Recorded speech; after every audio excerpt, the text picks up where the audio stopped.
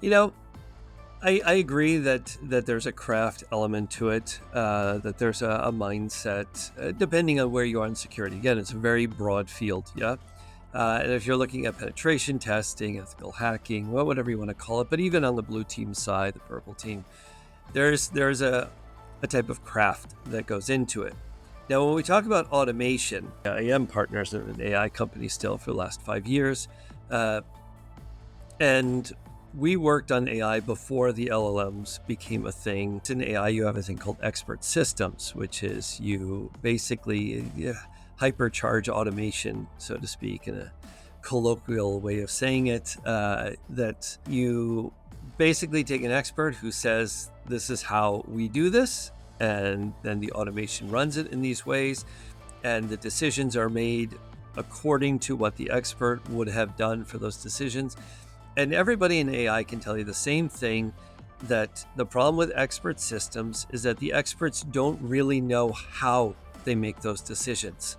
They don't really know why they do those things, because a lot of it just becomes second nature to them. And they never actually stopped to really break it down and say, why do I do this? Now, if you ask most people, why do you patch? They're going to say the same thing that they've always said, which is, well, it's you have a hole and you close it and then somebody can attack it. And they say that that's so obvious, that patching is something you do as fast as possible so that the criminals can't take advantage of it. But again, you have to ask again, why? Well, a lot of this is carried over from when it made sense to patch as quickly as possible, because we had a lot of systems. There was low automation, and you had relatively few services. You went from hardening servers, so you had very few services, very few things running on it, so that if something was wrong, you did patch it, because we had limited types of controls as well in order to take care of that.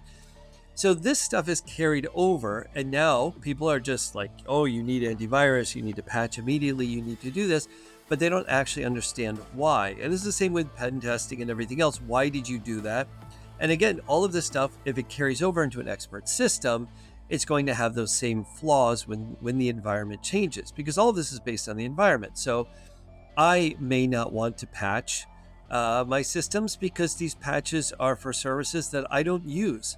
And I don't want to change things in a perfectly good running system that has been running for a year. Everything works. Why should I change code in it now when it doesn't impact the use of it at all at this point? Because it's not a service running. There's no internal users on it. It's hardened to least privilege, so that's not even something that's going to run or give access to somebody if it's an internal program in the shell or something like that.